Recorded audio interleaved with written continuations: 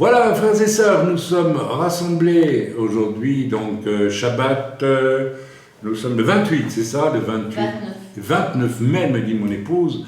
Nous allons arriver au mois de juin dans peu de jours.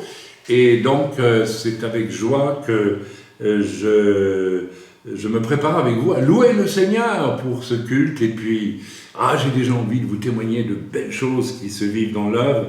Mais je vais attendre que nous ayons fini la louange et l'offrande, et puis nous irons plus avant dans le... Je voudrais m'empresser de bien vouloir... je veux demander à plusieurs personnes de l'œuvre et extérieures de l'œuvre qui m'ont écrit des mails ces jours derniers de me pardonner, mais je suis vraiment... Vous savez, je vieillis, je n'en ai pas l'air, il paraît que j'ai l'air jeune, mais je n'y arrive plus du tout, donc je suis en retard.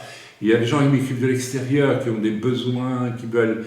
Voilà, il y a une sœur qui a reçu des songes qui ont l'air très intéressants pour les temps qui viennent. À tous ces gens et à vous tous qui m'écrivez, je suis en retard, j'ai au moins 500 mails de retard, non pas 500, mettons 200 mails de retard, et il va falloir que je m'y mette. Mais je vous demande pardon, je n'y arrive pas pour le moment, c'est comme ça, d'autant plus qu'on ne manque jamais de défis. Bien, donc nous allons louer le Seigneur ensemble. Et le message d'aujourd'hui s'intitulera, bien que ce n'est pas qu'est-ce que j'ai mis comme titre, voilà que je ne retrouve plus. Oui, un hymne à la joie. Nous lirons le psaume 16. Et je l'ai intitulé volontairement, délibérément, un hymne à la joie. Amen. Alors, ce n'est pas l'hymne à la joie de Beethoven, hein, ce n'est pas ça, mais c'est un hymne à la joie, je dirais intrinsèquement, à l'intérieur même du psaume. Nous allons le décrypter ensemble pendant ce culte, et nous allons voir qu'il y a là un chemin, toujours la même chose, il y a un chemin. Vous savez ce que veut dire le mot Torah? Le mot Torah veut dire chemin, c'est la voie qui mène. Et bien sûr, la Torah parfaite, c'est Yeshua qui est la Torah, la vérité et la vie, le chemin, la vérité et la vie. On va retrouver ça dans ce psaume 16, c'est extraordinaire. Nous commençons à louer le Seigneur, alors je vous propose un chant que j'aime beaucoup, Shema Israël, ce qui veut dire écoute Israël, ouvre les oreilles, non pas seulement les oreilles de ta tête, ni les oreilles de ton intérêt pour ceci ou pour cela, mais les oreilles de ton cœur. Si vous devenez comme des enfants, dit l'Écriture, vous n'entrerez pas dans le royaume de Dieu. Et j'ajoute, et sa gloire, vous ne pouvez pas y rentrer. Et c'est tout le problème que nous avons, n'est-ce pas, c'est que les gens deviennent simples. Shema Israël, Adonai Eloheinu, Adonai Echad. Shema Yisrael, Adonai Eloheinu, Adonai Echad, Baruch Shem Kevod Malchuto Le'olam Vaed.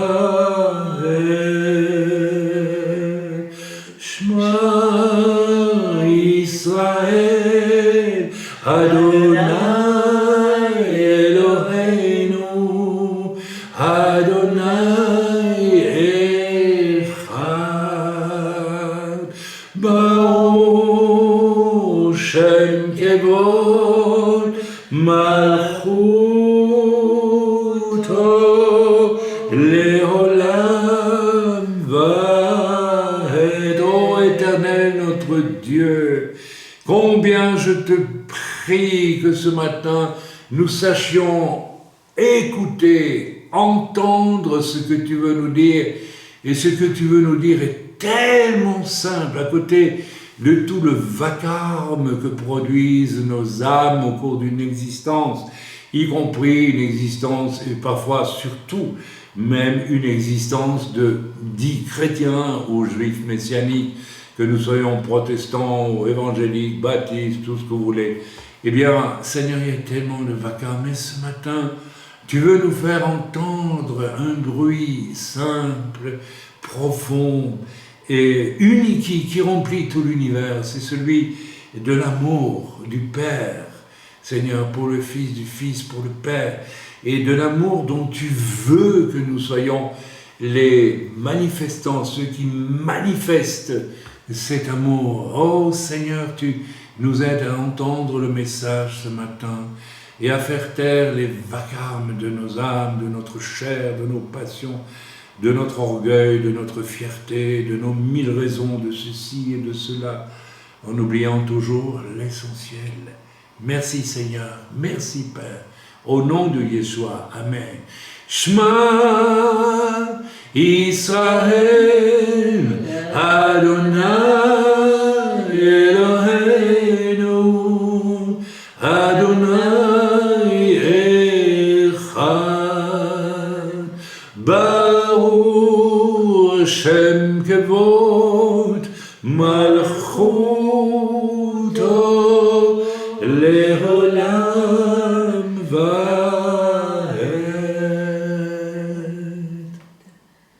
Jésus-Christ est Seigneur, il est sorti du tombeau, il est Seigneur, tout genou fléchira, toute langue confessera que Jésus est Seigneur. Jésus-Christ, Jésus-Christ est Seigneur, il est Seigneur, il est sorti du tombeau, il est vainqueur, tout genou fléchira, toute langue confessera que Jésus est Seigneur. Amen. Tu es Seigneur, mon Père, règne dans nos vies, Seigneur. Merci, mon Dieu, mon Père, pour ta bonté, ta fidélité, pour tout ce que tu fais, Seigneur. Tu agis dans les cœurs, nous l'avons vu encore tout récemment, Seigneur, pour ce que tu as fait dans le cœur d'une personne, Seigneur. Vraiment, tu transformes les choses, tu transformes les situations. Je te bénis et je te loue, Seigneur. Sois vraiment remercié pour tout ce que tu fais dans nos vies, Seigneur. Amen. Parce que rien n'est laissé au hasard par ta main, Seigneur. Béni sois-tu, mon Dieu, mon Père. Amen. Amen.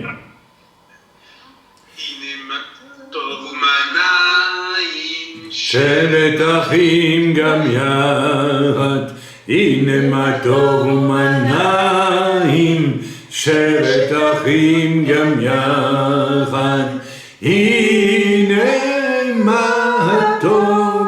שבט אחים גם יחד, הנה מה טוב. שבט אחים גם יחד, הנה מה טוב ומה נעים. שבט אחים גם יחד, הנה מה טוב ומה נעים.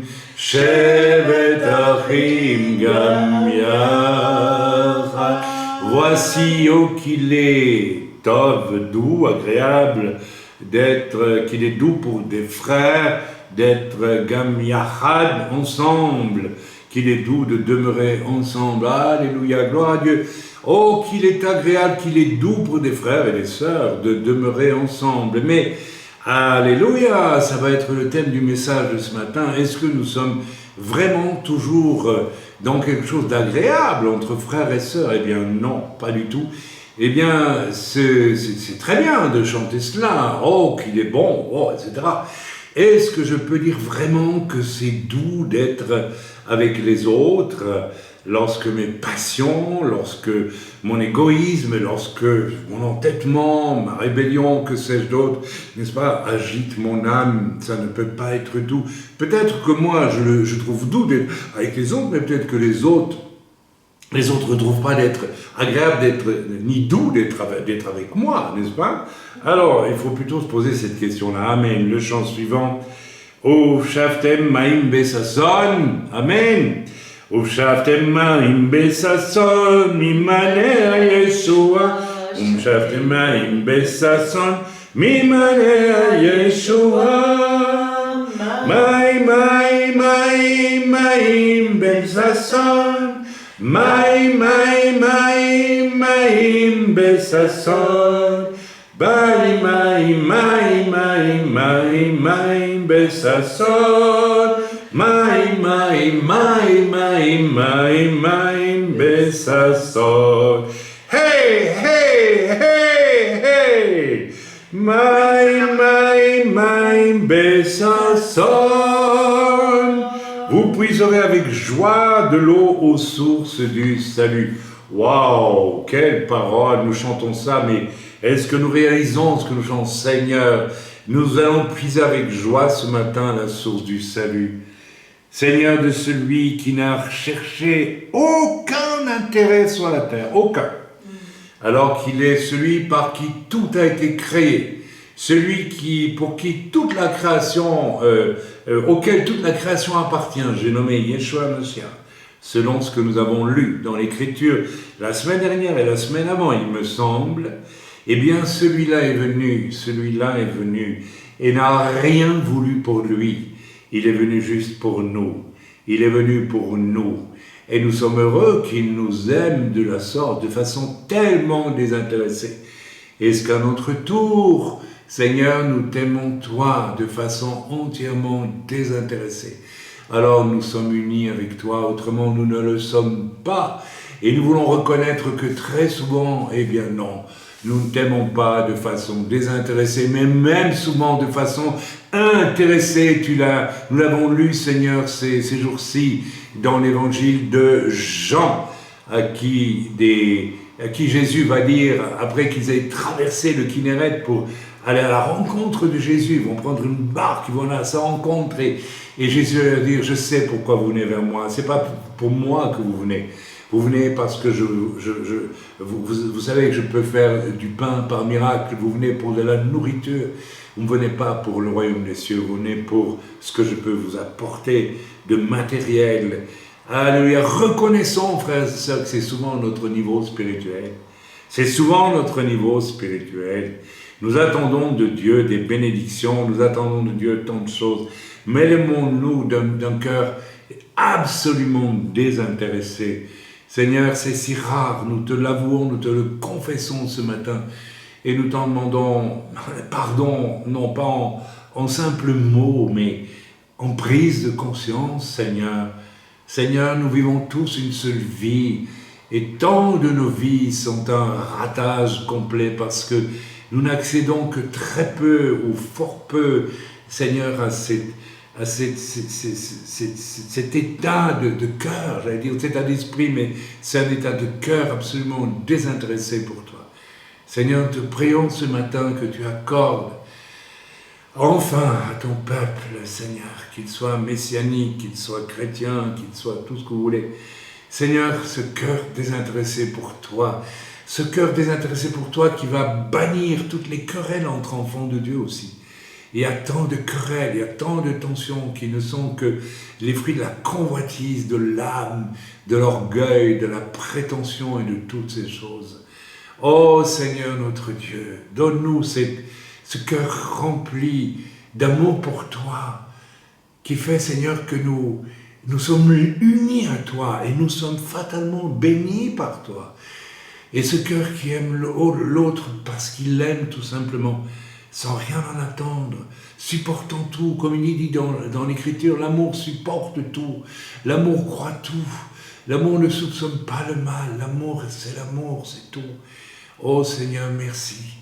Merci Seigneur de répandre un questionnement dans nos cœurs ce matin, dans le bon nom de Yeshua. Amen. Amen.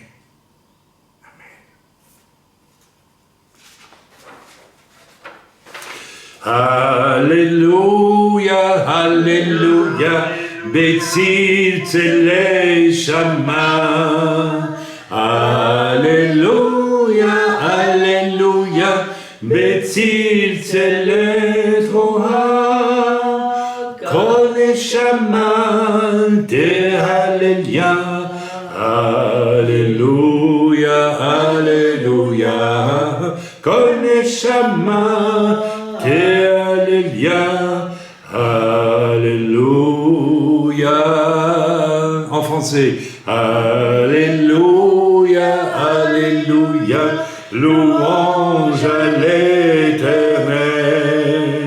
Alléluia, Alléluia, gloire au Dieu d'Israël. Gai tambourin, cymbales sonores, retentissent en son honneur. Et vous humains, dites encore, gloire au grand Dieu sauveur.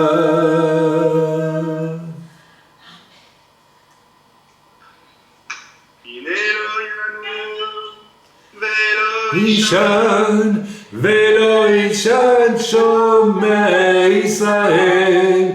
Inelo Yanum, Velo Ishan, Shomer, Shomer Israël. Amen. Amen.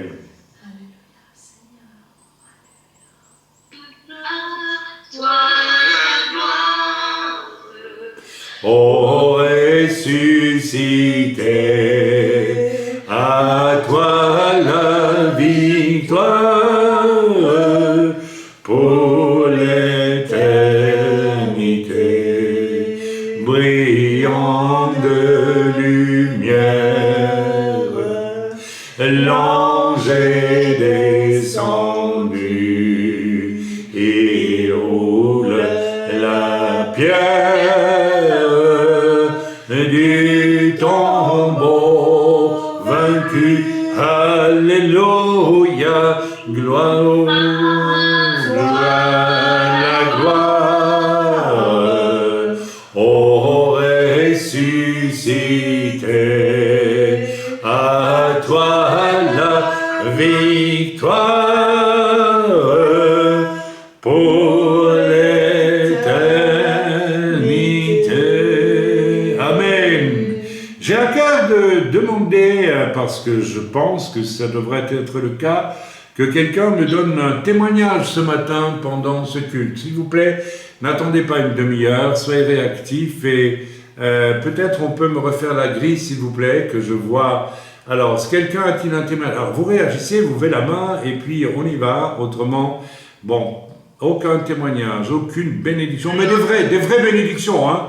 Pas, j'ai visité ma belle-mère, on a bu un bon café, et c'était bien, alléluia. Non, ça, s'il vous plaît, vous passez à quelque chose. Vas-y, Arnaud, dis-nous, à haute et intelligible voix. La semaine passée au culte, tu as prié donc pour les dons de l'esprit. Oui. Et pendant que vous priez, j'ai eu à cœur d'aller voir des requérants à Yverdon qui font pas toujours des choses très bien. D'accord. Dans un parc. Et j'y suis allé. Et quand je suis arrivé là-bas, il y a un des requérants qui est venu direct sur moi. Et j'ai pu avoir un excellent échange avec lui. J'ai pu prier pour lui et il est reparti avec un évangile.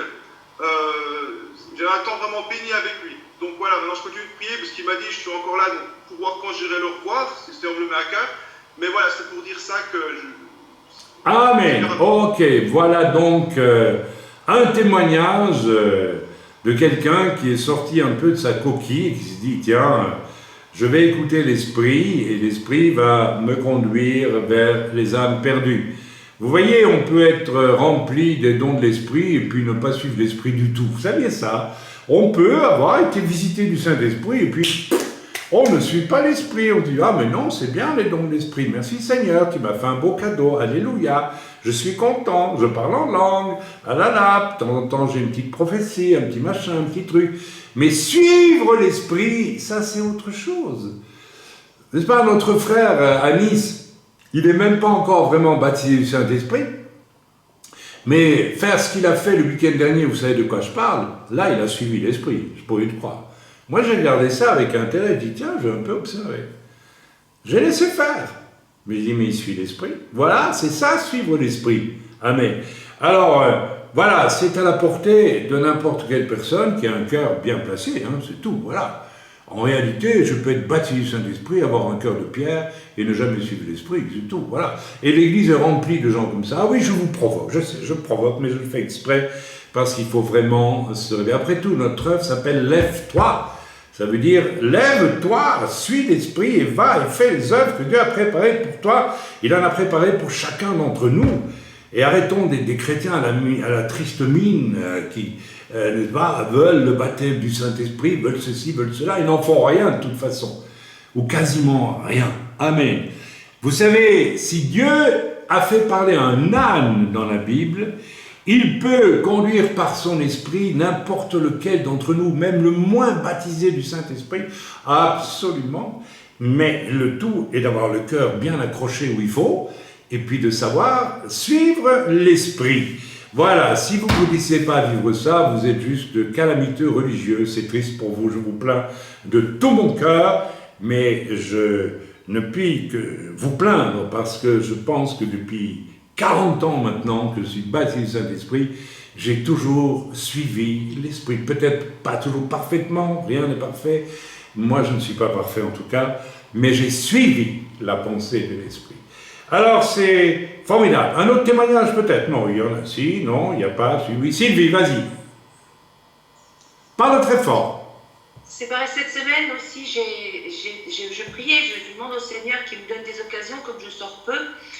Et j'ai une dame qui vendait des choses sur un étal et qui m'a carrément, c'est elle qui m'a harponné, si je puis dire, et puis pour me vendre ses produits. Et puis on a bien pu partager finalement par rapport au Seigneur, par rapport à la foi, et un bon moment. Et j'ai eu à cœur, je retournais le lendemain, et j'ai vraiment eu à cœur de lui apporter une Bible. Amen. Et je l'ai fait le lendemain. Je suis allée, mais je n'avais pas à cœur de rediscuter avec elle, mais simplement de la lui donner. Et j'avais reçu 2 versets que j'ai marqués dans la Bible. Très bien. Et le lendemain, je lui ai donné la Bible. Et elle a été très touchée, elle était très contente. Et vraiment, elle l'a accepté avec une grande joie. Alors voilà, je dis merci Seigneur. Et bon, mais alors tu continues à prier pour elle, hein, parce que voilà, oui. ok. Bon, mais voilà. Notre sœur a suivi l'Esprit, hein, alors, elle va continuer à suivre l'Esprit tous les jours. C'est à n'importe quel moment que le Seigneur doit avoir la possibilité de nous utiliser. Alors, si on ne vit pas ces disponibilités d'esprit, il faut vraiment se poser des questions, mes amis. Ça veut dire que vous êtes sur un mauvais chemin, très, très, très mauvais chemin, très dangereux. Parce que c'est un chemin où on s'étouffe finalement. On s'étouffe. Et vous savez, je vois notre sœur qui est enceinte et qui caresse un peu gentiment avec ce bébé qui va bientôt naître, mais vous savez, imaginez si ce bébé restait enfermé en elle pendant 10 ans et ne veuille pas sortir. Vous savez, il sortira un monstre à la fin. Vous savez ça? Un monstre. Eh bien, c'est une image que je saisis au vol. Beaucoup d'entre nous, en fait, parce que nous ne voulons pas vraiment sortir n'est-ce pas, d'un cocon protecteur où on est bien au chaud, bien tranquille, moi ça va, je suis sauvé. Nous devenons des chrétiens monstrueux. Vous savez ça? Je vous provoque, je le sais. C'est monstrueux. N'est-ce pas? Tant de chrétiens. Un jour, vous allez arriver à un âge avancé comme moi, et puis vous ferez un bilan, mes amis. Vous ferez un bilan, et vous savez, le bilan, c'est même pas vous qui le ferez, c'est la vérité qui vous sera proposée de votre existence qui sera votre bilan. Vous pourrez faire ce que vous voulez pour passer à côté, ça vous viendra en pleine figure. Vous ne pourrez pas tricher. On y arrive tous. Alors, soyons des monstres de disponibilité pour notre Dieu, aimons notre Dieu, aimons le prochain comme nous-mêmes, et nous verrons comment l'Esprit de Dieu va se saisir de nous pour nous utiliser, et fuyons les passions de l'âme, tout ce qui nous centre sur nous-mêmes, c'est tellement fort. Fuyons, si notre culture est une culture qui nous centre sur nous-mêmes, écoutez, mettez votre culture à la poubelle, c'est tout, et adoptez une culture biblique. Elle est merveilleuse, la culture biblique. Que Dieu soit béni, que Dieu soit loué. Nous allons procéder, sauf si quelqu'un avait vraiment sur le cœur encore un cantique ce matin, mais vraiment du fond du cœur. Bon, je vois qu'il n'y a pas vraiment le cas. S'il vous plaît, venez au culte avec un désir de louer Dieu. Vous devriez être trépigné sur vos chaises. Moi, je veux chanter ça, je veux chanter ça. Mais c'est comme... Ouais, tu souris, Fabio, mais est-ce que tu le vis? Non, tu le vis pas. Alors, arrêtez, mais mes amis, mais moi, quand j'allais à l'église, je trépignais, je veux louer Dieu, je veux louer Dieu. Ah ouais, là, vous souriez, là, mais vous souriez de quoi? Vous riez de vous, en fait. Faut pas rire de vous. C'est pas bien, on ne doit pas rire de soi. Amen. Donc, tâchez de venir, même, ok, je sais qu'il y a le Covid et que c'est Skype et tout ça. Et alors, moi, même quand je fais un culte par Skype, je fais comme si j'étais devant vous, avec vous. Alors, faites la même chose. Amen. Non? Qui dit Amen? Qui dit rien du tout? Jadis aussi, quand on disait des choses dans l'église, tout le monde disait Amen. Maintenant, il faut même venir aller chercher les Amen. Alors, j'espère que bientôt, on va se retrouver tous ensemble. Là, c'est toujours limité, là, en Suisse. Oui, c'est limité. Répondez vite, s'il vous plaît. Oui, mais ça va bientôt sauter. Ça va bientôt sauter. Alors, ça, c'est bien. Si Dieu dynamite tout ce bazar, on va y gagner beaucoup. Merci, Seigneur. Ok. On va pratiquer l'offrande ce matin. Donc, moi, vous savez que il y a quelqu'un qui est chargé de prélever mon offrande et qui le fait donc pour la caisse de l'église. Donc, merci Seigneur, vous faites votre offrande. Voilà, très bien. Et puis, voilà. Ok. Bien, donc, priez aussi de temps en temps, s'il vous plaît. J'aimerais bien que... Alors, peut-être que vous le faites parce que, évidemment, si vous faites une offrande à un frère ou à une sœur, vous vous taisez, on ne va pas aller se vanter de ça autour de soi. Mais pensez aussi de temps en temps à prier et à laisser le Seigneur. Vous savez, l'autre jour, le Seigneur nous a montré que ma femme et moi, on ne priait même pas. Voilà, ça nous a dit, il faut faire quelque chose. Voilà, ça ne vous regarde pas pour qui, hein, ça peut être, n'est-ce pas, pour notre frère qui est très loin, là, en Nouvelle-Calédonie, à La Réunion, je ne sais pas.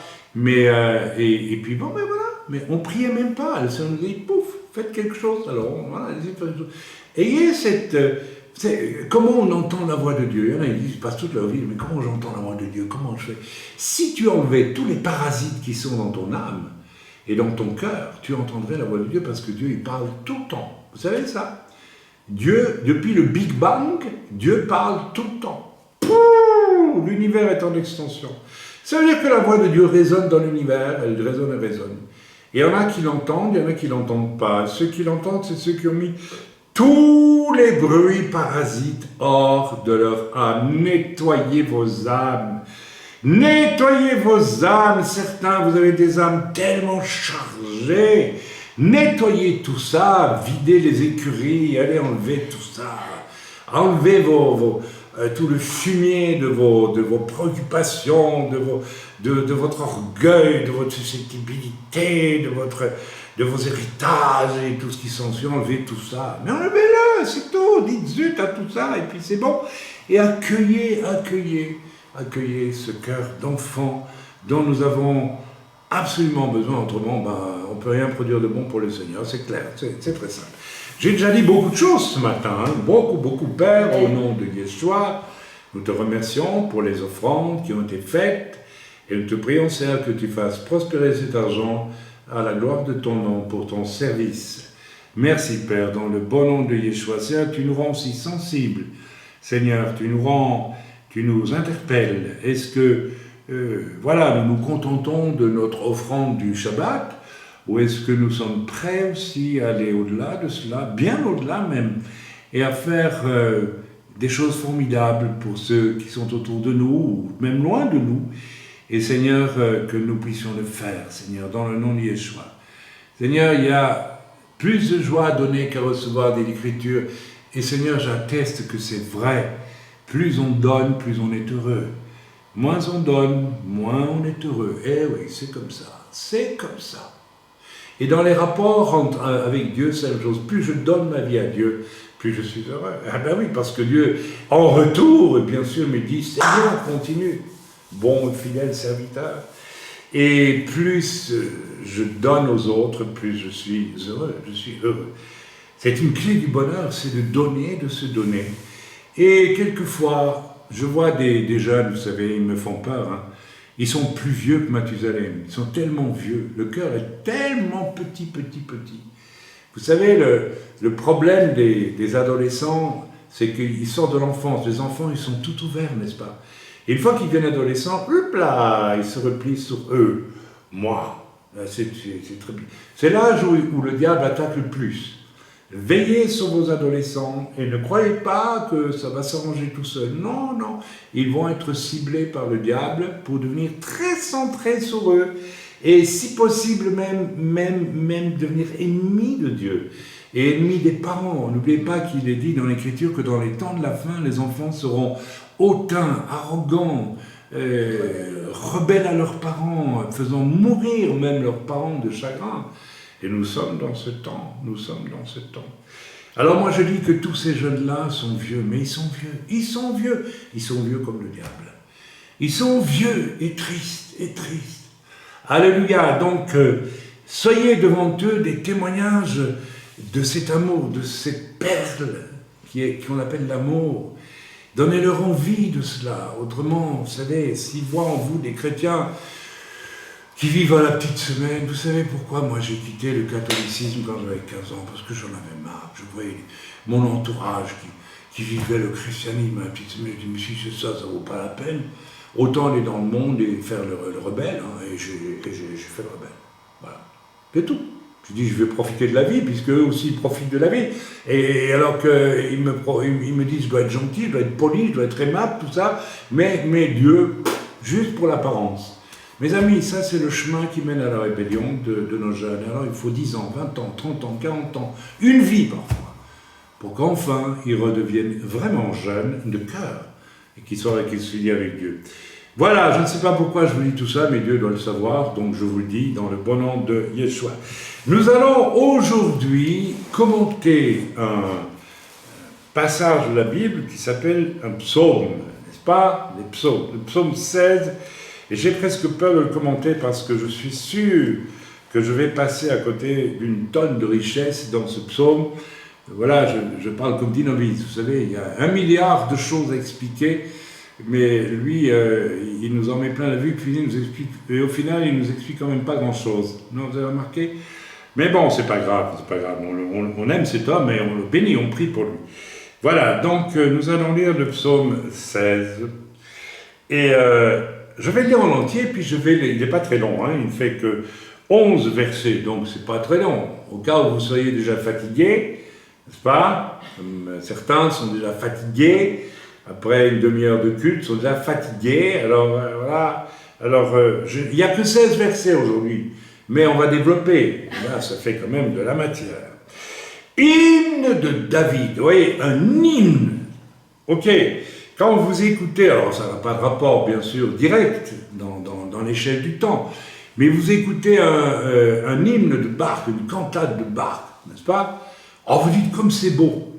Vous voyez que là vraiment il y a mis toute la gomme, hein, Bach. C'est pas juste un petit chant comme ça. Ah, toi la gloire, au ressuscité, on sait même plus ce que ça veut dire, tellement on est habitué à le chanter, et puis finalement il n'y a rien du tout, quoi. C'est un hymne de David, hymne de David. Ah là là. David, il passait ses nuits à méditer, à jouer du kinnor et à écrire des louanges à Dieu. Les psaumes, c'est des louanges à Dieu qui, n'est-ce pas? Et David était un homme qui savait suivre l'esprit bien avant la Pentecôte. La Pentecôte n'avait pas eu lieu, il suivait l'esprit. Vous savez, les Juifs vraiment qui aimaient Dieu ont suivi l'esprit. Abraham a suivi l'esprit. Noé, qui n'était pas juif, mais a suivi l'esprit, rendez-vous compte, pour construire une arche en bois, un bateau en plein milieu de la nature, il fallait être complètement ou malade, ou bien il fallait suivre l'esprit. Amen. Et je ne vais pas vous faire grâce de tous les prophètes qui ont suivi l'esprit. Yochanan Amadbil a suivi l'esprit. Enfin, tout le monde a suivi l'esprit, n'est-ce pas? Donc, pendant qu'il louait le Seigneur, eh bien, Dieu mêlait à sa louange des paroles prophétiques qui parlaient déjà de qui? Ben de Yeshua, tout simplement. Merveille des merveilles. Alors, vous imaginez, après, le matin, il invitait des gens autour de lui. C'est pas où il allait parmi le peuple, peut-être, David. Et vous savez, cette nuit, Dieu m'a donné un hymne. Et puis, au milieu de sa louange, il y avait des paroles mystérieuses qui qui nous font penser, bien sûr, nous maintenant avec le recul, à Yeshua. Pour nous, c'est du tout cuit, c'est facile. Mais rendez-vous compte comment on peut suivre l'esprit de 1000 façons, de 1000 façons. Il faut simplement suivre l'esprit. Hymne de David, garde-moi, ô Dieu, car je cherche en toi mon refuge. Amen. Je vais détailler tout ça dans quelques secondes. Là. Je dis à l'Éternel, tu es mon Seigneur. C'est-à-dire que c'est toi d'abord et avant tout. Les rares fois où David va faire passer autre chose avant le Seigneur, il va le payer très cher. Dougma, comme on dit en hébreu, ou bien exemple, lorsqu'il va convoiter une femme, qu'il voit en train de prendre son bain sur le toit de sa maison, vous connaissez tous l'histoire, et il va le payer très cher, cette histoire. Là, il ne suit plus l'esprit, il suit les passions de son âme. Mes amis, nous avons une clé. Je suis déjà en train de prêcher, là. Beaucoup d'entre nous, nous ne suivons pas Dieu, mais les passions de nos âmes. Même dans les choses spirituelles, il y a des gens, n'est-ce pas, qui ne peuvent pas s'en empêcher, ils vont voir ceci, ils vont voir cela, et ils en font la promotion, etc. Mais en fait, ce n'est pas Dieu qui leur demande de le faire. Dieu ne leur demande pas ça. Alors ils encombrent le réseau Internet du monde chrétien avec toutes sortes de choses qui se veulent être, waouh, des grandes révélations. Mais quelle est leur motivation? Leur motivation n'est pas de suivre le Seigneur, mais de suivre les passions de leur âme. Il y a des gens pour qui c'est une passion de trouver du croustillant sur le net. Ah, elle a trouvé du croustillant. Alors on va l'envoyer à gauche. Je reçois et puis les 3/4 du temps, quand les gens m'envoient des choses, ça vient des passions de leur âme. Même si ce sont des bonnes choses. Et c'est tellement rare, mais ça arrive, de recevoir des choses qui sont vraiment pas voilà, qui sont voulues de Dieu. Amen. Il y a des gens qui vous envoient des choses et ça vient de Dieu. Mais je vais vous faire un aveu, c'est quand même assez rare finalement. Et ça, ça veut dire quelque chose. Je continue parce que je suis déjà en train de détailler le psaume. Tu es mon souverain bien, on va y venir. Les saints qui sont dans le pays, les hommes pieux, sont l'objet de toute mon affection. Il dit bien de mon affection. Ça veut dire que j'aime tous mes frères et sœurs. Je les aime, je les aime, je les aime. Je les aime non pas avec mon âme, je ne peux pas. Si vous aimez avec votre âme, ne m'aimez pas, s'il vous plaît, laissez-moi tranquille. Il y a des gens qui m'aiment avec leur âme. Ah, Chaim, je n'ai pas besoin de cet amour-là. Cet amour-là, il sent mauvais, mes amis, il sent votre âme, il sent votre passion. Ah, je vais faire ça pour Chaim, je vais faire ça pour l'un, pour l'autre. Mais ça sent mauvais, tout ça. C'est pas ça que Dieu nous demande. Bien sûr, c'est bien, attention, je ne vais pas cracher dans la soupe et dire qu'il y en a parmi vous qui rendent de sacrés services. Mais vous pouvez très bien rendre de grands services et ne pas aimer. Pourquoi vous dites que c'est pas possible? Si je fais quelque chose pour toi, c'est que je t'aime. Ben, c'est pas la preuve que tu aimes la personne. Tu le fais peut-être parce que ça te passionne, parce que ça vient de ton âme. Et tout ce qui vient de ton âme. Vous savez, quand Pierre va dire à Jésus, mais enfin, écoutez, on connaît ça. Pierre va dire à Jésus, dis non, Seigneur, moi je t'aime tellement, donc non, tu vas pas mourir, hein, je suis pas d'accord, voilà, tu vas rester avec nous. On sent tout de suite qu'il est intéressé dans l'affaire. Ah non, tu dois rester avec nous, hein, on a besoin de toi, tu es notre pasteur, tu nous guides, on a besoin de toi, hein, faut que tu restes. Et Jésus va lui répondre, arrière de moi, Satan, tes pensées, ce sont les pensées de l'homme. C'est les pensées de ta chair, de ton âme, ce n'est pas l'Esprit de Dieu qui te guide. Mes amis, c'est fort ça. Et beaucoup d'entre nous, nous sommes comme éternellement guidés par les passions de nos âmes. Il faut arrêter avec ça. Il faut arrêter. Il faut mettre ça hors de votre vie. Donnez à autrui quand Dieu vous demande de donner.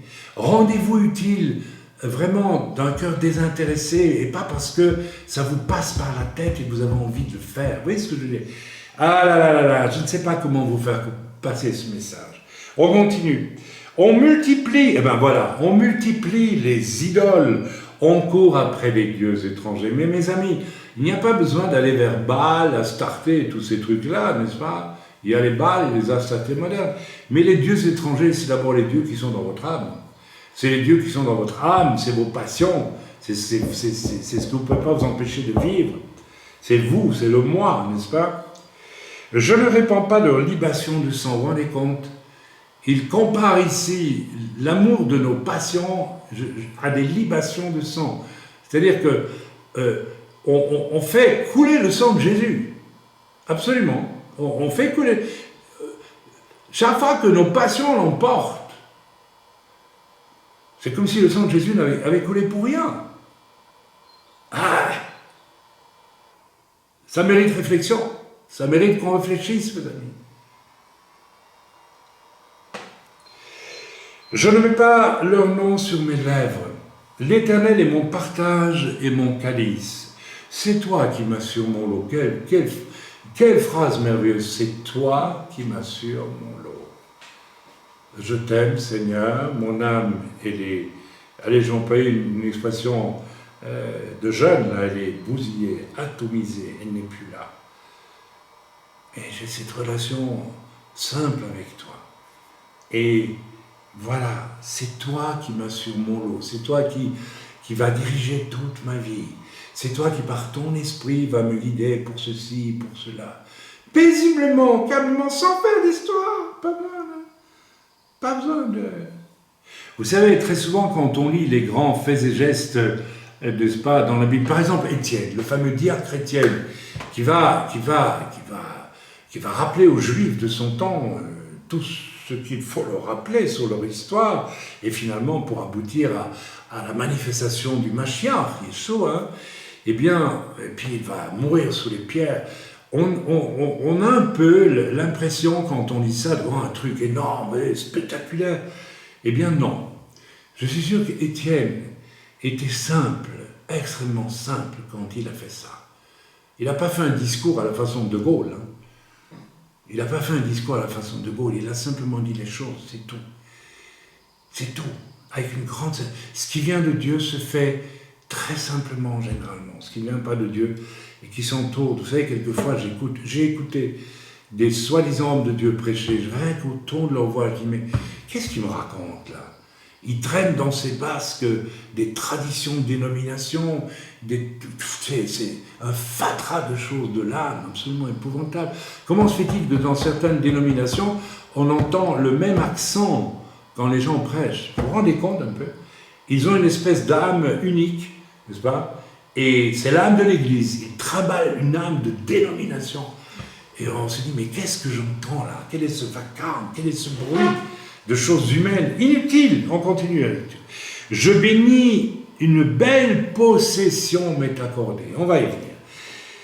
Un héritage délicieux, délicieux s'il vous plaît, m'est échu. Une belle possession m'est accordée. Je bénis l'Éternel, mon conseiller. La nuit même, mon cœur m'exhorte. La nuit même, mon cœur m'exhorte. J'ai constamment l'Éternel sous mes yeux. Quand il est à ma droite, je ne chancelle pas. Amen.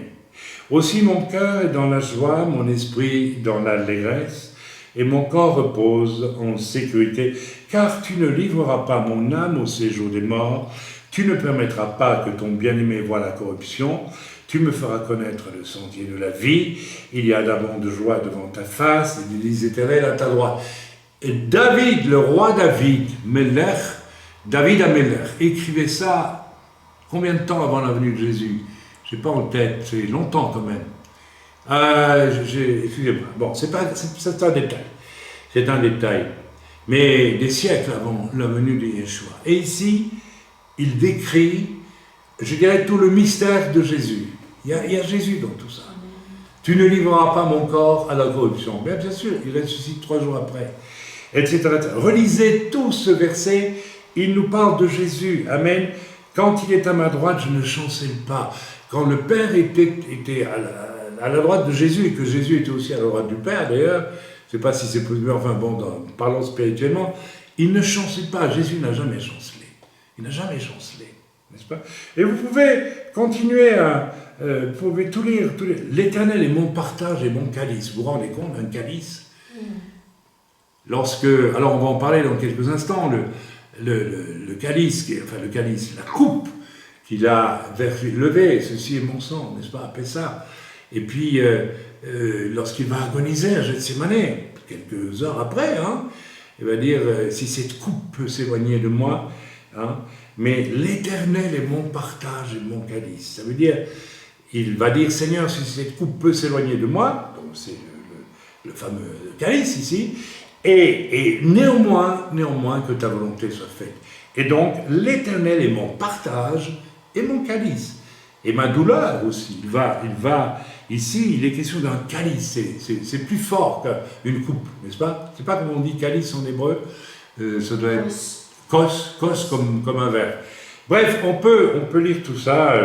Voilà. Alors, on va reprendre verset par verset. J'ai pas encore commencé à prêcher là. Hein, donc, pour ceux qui sont déjà fatigués, eh bien, réveillez-vous, prenez, buvez un bon coup d'eau, relisez, n'est-ce pas, le nom de l'œuvre depuis 37 ans maintenant, c'est Lève-toi. Alors, Aufstehen, Koum, lève-toi, et puis réveillez-vous. Amen. Un hymne à la joie. Moi, je dis que c'est un hymne à la joie. Voilà.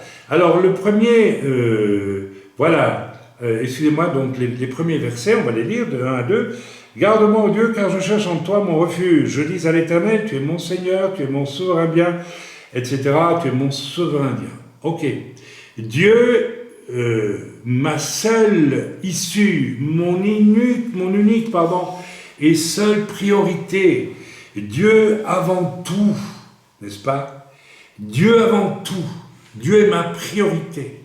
Donc c'est, tu es mon Seigneur, tu es mon souverain bien. Ça veut dire, si quelque chose est votre souverain bien, alors c'est ce que Jésus va illustrer avec la perle que la femme va perdre, et puis elle va retourner toute la maison pour trouver la perle précieuse, etc., etc., etc., etc. Un homme avait, n'est-ce pas, alors il y a toutes sortes de paraboles qui parlent de ça, où Dieu est mon souverain bien.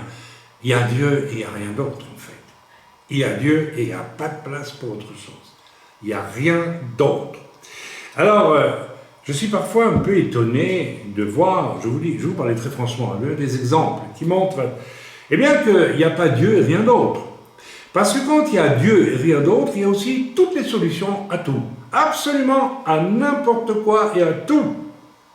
Quand il y a Dieu et qu'il n'y a rien d'autre, et que sur l'autoroute, avec ma femme et mes quatre fils, je vois que ma jauge d'essence est à 0 et qu'on va tomber en panne au milieu de l'autoroute, ma femme doit s'en souvenir, eh bien, comme il y a Dieu et qu'il n'y a rien d'autre, et qu'il y a Dieu qui est présent dans le cœur de toutes les personnes qui sont dans la voiture, nous prions, il n'y a pas d'essence et la voiture roule.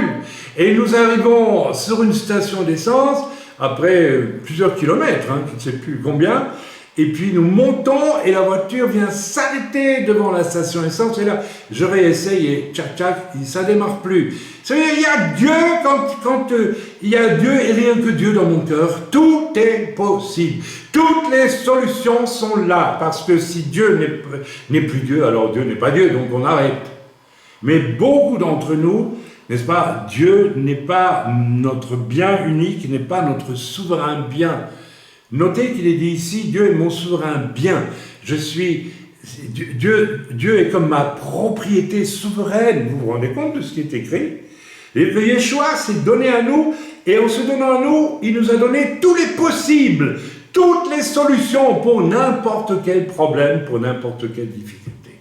Tout est donné, mais chaque fois que nous sommes confrontés à un problème, si dans notre âme, il y a des choses qui ne conviennent pas à Dieu, qui sont de l'ordre de notre chair, de notre âme, eh bien nous n'aurons pas accès non plus à la solution. Je vous donne un exemple. Je suis étonné de voir aujourd'hui, je vous dis franchement, que beaucoup de gens disent « Waouh, c'est difficile d'amener un enfant au culte, il bouge tout le temps, nanani, nanana. » Comment est-ce possible? C'est déjà le signe que Dieu n'est pas votre souverain bien, parce que Dieu a une solution à ce problème. Vous y croyez, vous n'y croyez pas. Si vous n'y croyez pas, vous pouvez déjà être certain que Dieu n'est pas votre souverain bien, c'est tout.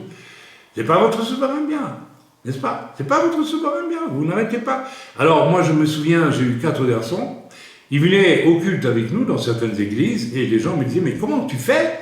Comment tu fais? Ils bougent pas, ils sont assis, ils sont gentils, ils prient, mais tout petits déjà, même bébés, amen. Ils venaient au culte.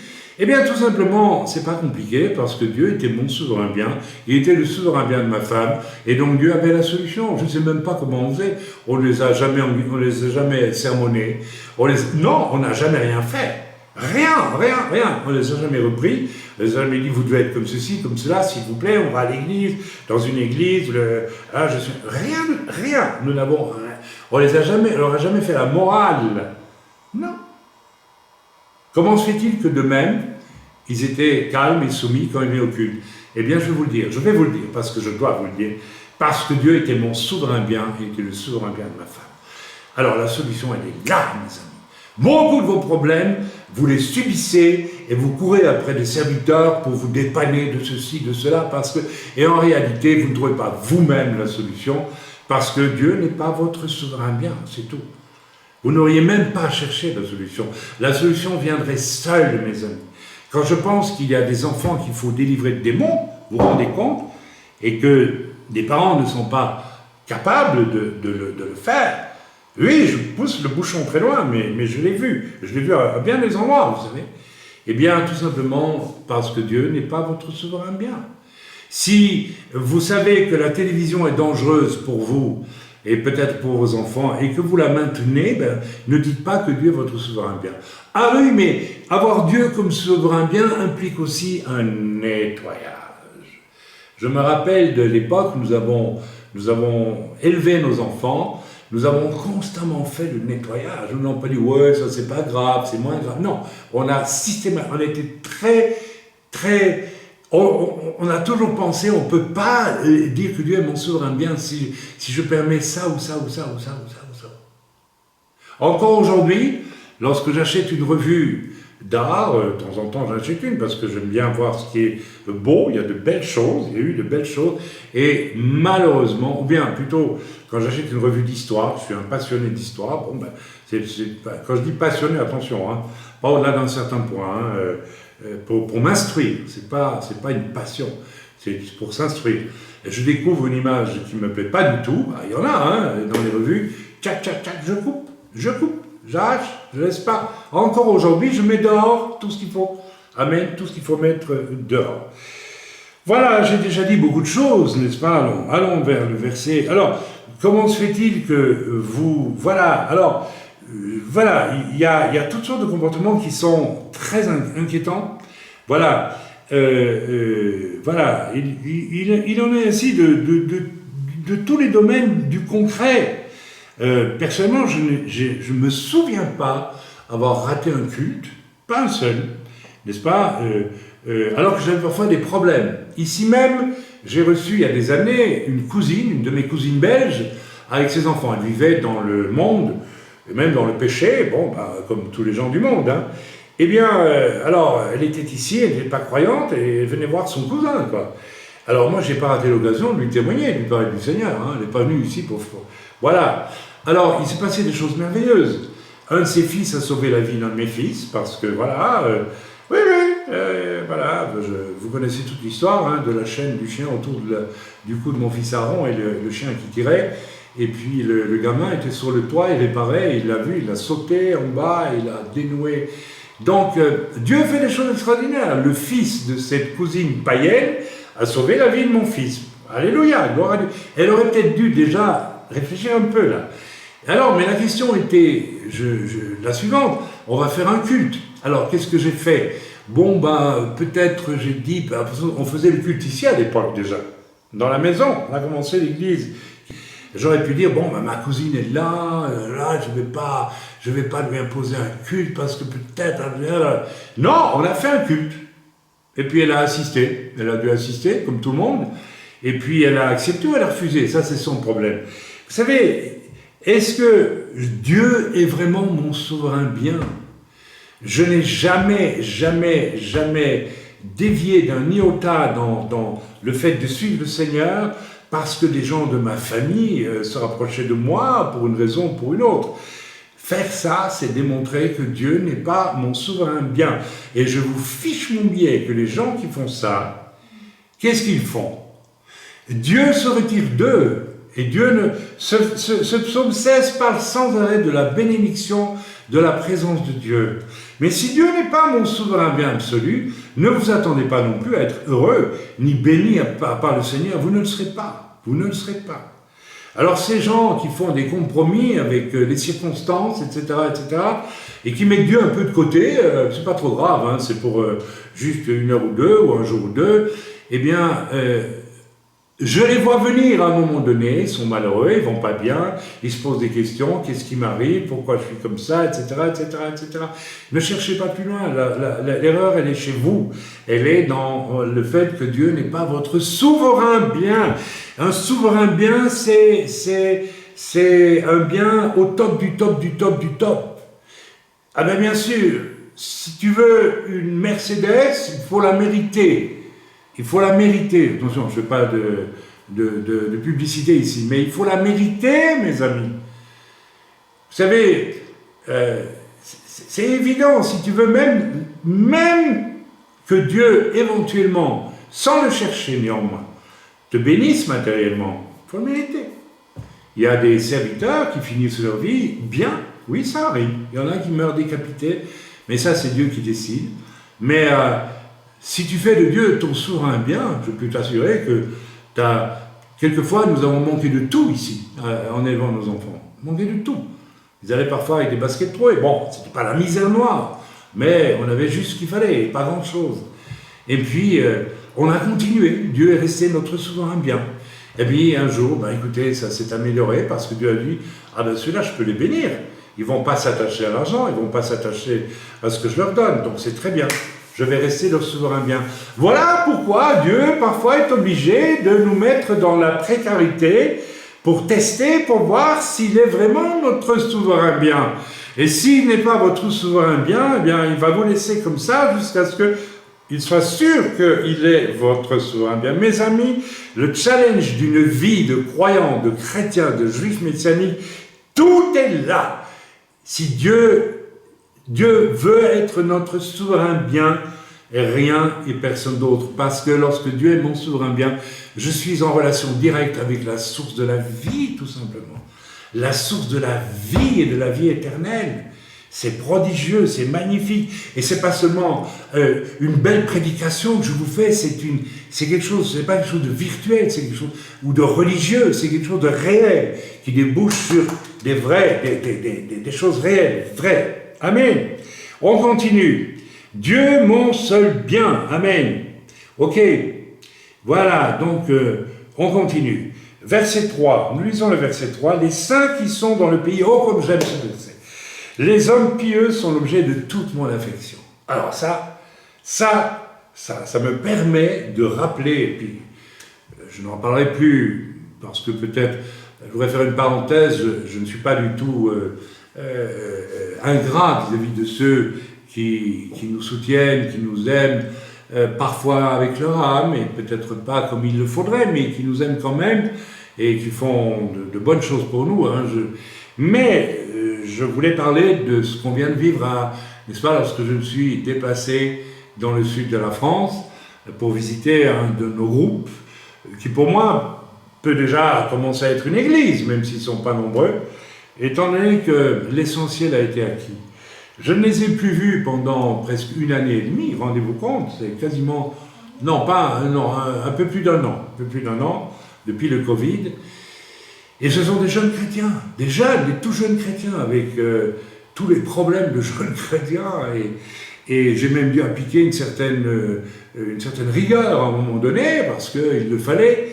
Et voilà que j'arrive dans un endroit où, n'est-ce pas, j'ai vécu, n'est-ce pas, les saints qui sont dans le pays, les hommes pieux sont l'objet de toute mon affection. Ici, je retiens le mot affection. Alors, ça veut dire que j'ai rencontré là des gens qui avaient plein d'affection pour moi. De dire, mais c'est normal. Non, c'est pas normal. Parce que c'est pas courant, figurez-vous. C'est pas courant du tout. Si je dois être honnête, ce que j'ai vécu pendant 4 jours avec eux, avec des fruits quand même, des fruits intéressants, et puis le témoignage de notre frère Alexandre, qui s'est laissé conduire par l'Esprit, et on a vu ce que ça donne, c'est quelque chose. Il n'est même pas vraiment baptisé du Saint-Esprit, mais il sait se conduire par l'esprit. Alors ça, magnifique. Ce que nous avons vécu là, c'est incroyable. Nous avons vécu une affection mutuelle qui n'a pas arrêté pendant 4 jours. C'est une affection qui était là, installée. Eux, ils m'ont aimé pour moi-même, et moi, je les ai aimés pour eux-mêmes. Vous n'imaginez pas le bonheur que ça nous a donné ensemble. Je crois qu'ils ne diront pas le contraire aujourd'hui. Ils vous le diront aussi. Nous avons été... on ne savait même pas expliquer ce qui se passait. On était heureux ensemble. Parce qu'il y avait de part et d'autre, n'est-ce pas, l'affection pour celui qui est en face. Donc il y avait la certitude aussi que pour eux, comme pour moi, et ça malgré nos défauts, nous ne sommes pas encore parfaits, l'affection, Dieu est notre souverain bien. C'est Dieu qui prend toute la place, d'abord. Et oui, je l'ai vu chez les jeunes chrétiens. Et parfois, les jeunes chrétiens ont des leçons à porter aux vieux chrétiens. Dieu est leur souverain bien. Et ils m'ont donné de l'amour, de l'affection. Et ils n'ont pas fait... Attention, il n'y a pas eu de déclaration, il n'y a rien eu. Moi non plus, c'était dans une simplicité, mais ça c'était là, comme ça. À se demander, à part être heureux ensemble, et mes amis, pour la première fois, moi qui sais le Seigneur depuis 37 ans à peu près, maintenant 36, 37, eh bien, j'ai vécu le ciel sur la terre avec des frères et des sœurs. Je dis la vérité, je suis honnête, je suis franc, n'est-ce pas? J'ai voyagé énormément, j'ai rencontré bien des chrétiens, mais cette impression d'être parfaitement heureux avec quelqu'un d'autre, parce que la personne en face de moi a fait de Dieu sa plénitude. Et ça ne demande pas des efforts, non, c'est une décision du cœur, une décision du cœur, une décision du cœur. Ça, c'est absolument remarquable. La clé de ce qui s'est passé à Nice, c'est que eux m'ont aimé pour moi-même. Même quand ils m'ont dit « on est heureux de te voir, Chaim », j'ai pas entendu, parce que tu sais, hein, on a besoin de toi autrement. Non, on est heureux de te voir, toi, parce qu'on t'aime. C'est ça que j'ai entendu. Et je suis sûr qu'ils diront que c'est vrai, parce que je l'ai vu, je l'ai senti. Et puis, de mon côté, c'était la même chose. Je ne suis pas descendu là-bas parce que je voulais faire marcher l'œuvre, etc. Non, rien de tout ça. J'ai dit ça, j'y vais parce que je les aime, c'est tout. C'est tout. Mais c'est tout, mais c'est tout. Il n'y a pas besoin de plus. Tout est là, mes amis. Après, c'est Dieu qui fait son œuvre, bien sûr. C'est formidable. Verset 4, lisons ensemble. On multiplie les idoles, on court après les dieux étrangers. Je ne réponds pas à leur libation de sang, je ne mets pas leur nom sur mes lèvres. Qu'est-ce qu'on a dans cet univers-là? C'est le contraste absolu avec ce qui précède. On a le chaos des passions, avec au centre le culte du moi et du centrage sur soi comme un rituel fatigant, épuisant. C'est étonnant de voir quelle énergie les gens mettent à vivre dans le chaos, dans le désordre, des passions de l'âme. C'est incroyable. Ça ne sert à rien, ça ne produit que de la mort et ça épuise. Et j'ai réalisé, avec le week-end dernier où j'étais dans le sud de la France, chez nos amis là-bas, à quel point, je vais vous faire un aveu, c'est pas un reproche, à quel point m'a fatigué, oui, je le dis bien, m'a épuisé la relation avec beaucoup de chrétiens. Et à quel point beaucoup de chrétiens doivent être épuisés de leur relation avec d'autres chrétiens.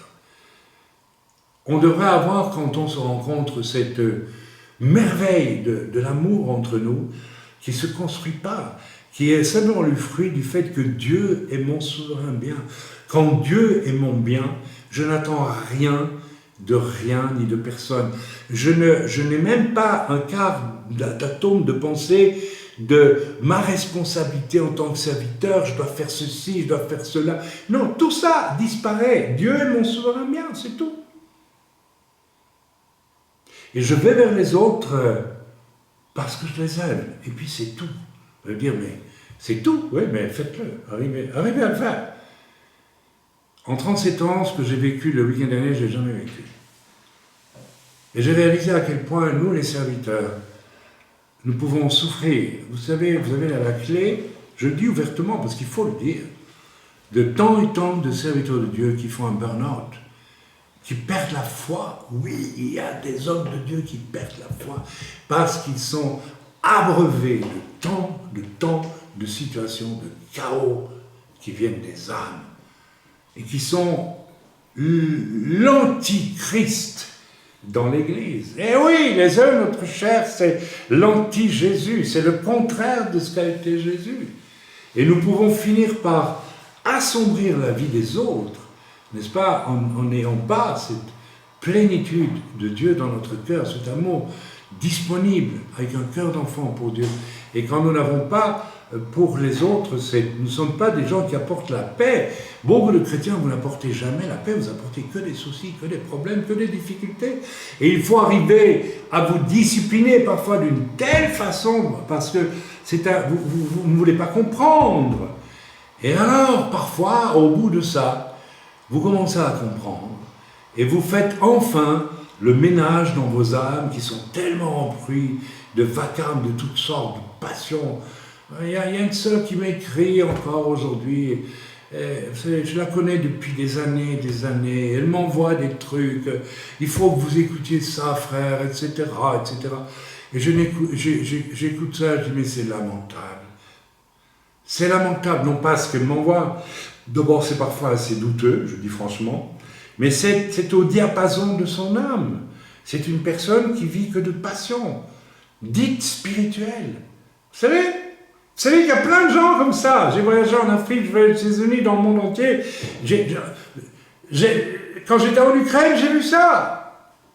Des femmes qui se disent prophètes et qui vous annoncent des tonnes de choses. Attention, il faut les croire, c'est de Dieu. Mais non, c'est pas de Dieu, c'est de ton âme. C'est le vacarme de ton âme. À travers tout ça, on lit toute ton histoire, on lit tes déceptions, on lit tes frustrations, on lit ceci, ton échec, ton divorce, tes divorces et tout ce qui s'ensuit. Et tout ça t'habite encore. Et tu prends Dieu pour une marionnette qu'on utilise pourquoi? Pour compenser le vacarme de ton âme. Pour compenser tout ce bruit, tout ce chaos de choses parce que tu n'as jamais pardonné, parce que tu ne veux pas passer au-dessus des circonstances, tu rentres dans la boue de ton âme et tu y restes. Et après, tu prétends que Dieu te parle. Dieu ne te parle pas, ce n'est pas possible.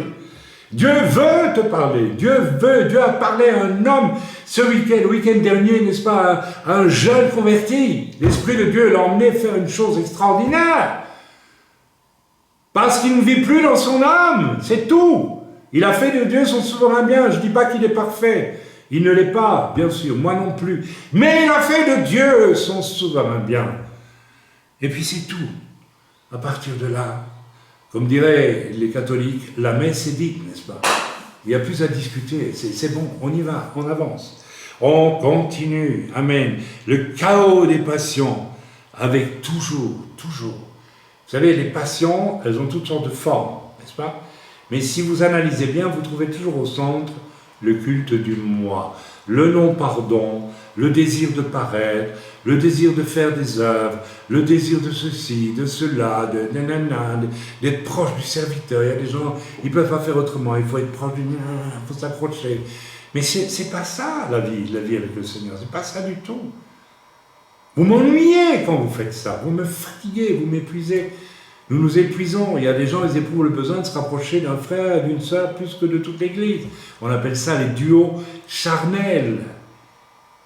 Tout ce qui sort de là, c'est la mort, mes amis. C'est la destruction, c'est l'épuisement de tout.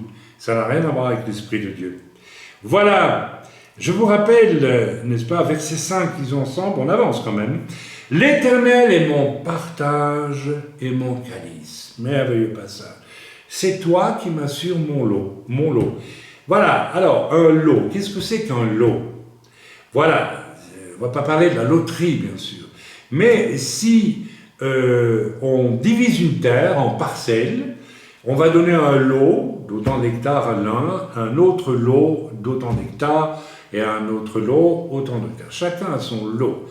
Et il importe que, puisque nous vivons, n'est-ce pas, sur la terre, nous soyons propriétaires, enfin, que nous recevions le lot, la part qui nous est échue, n'est-ce pas, dans cette relation parfaite avec Dieu, et qui va faire que nous allons produire des œuvres qui viennent de Dieu et non pas de notre âme. Amen. Alors, je vous rappelle, en lisant ce verset 5, que Yeshua a dit, n'est-ce pas, lors de Pessah, le grand Pessah, que nous connaissons tous, « Buvez-en tous en levant la coupe, ceci est mon sang, le sang d'une nouvelle alliance. » Et ça, mes amis, c'est tellement mystérieux que sur le coup, les disciples qui étaient là n'ont pas compris ce que ça voulait dire. Pourquoi? Parce qu'ils sont tellement habitués à être religieux et à se dire on va faire des efforts pour y arriver, n'est-ce pas? Mais tout ça est loin des efforts humains pour forcer la porte du bien. Amen. Les bonnes œuvres. Ah, les bonnes œuvres. C'est tellement fort, les bonnes œuvres dans la vie de certains. N'est-ce pas? Mais tout ça n'accomplit rien d'autre que n'est-ce pas, le fait de boire le sang de Jésus. Après ça, bien ça accomplit simplement la nouvelle nature qui m'est donnée, c'est-à-dire Yeshua lui-même. C'est Yeshua qui m'est donné à Pessah. Il m'est donné tout le temps, tous les jours, mais c'est Yeshua. Comment est-ce que Yeshua peut vivre en moi, alors que l'Écriture le dit clairement?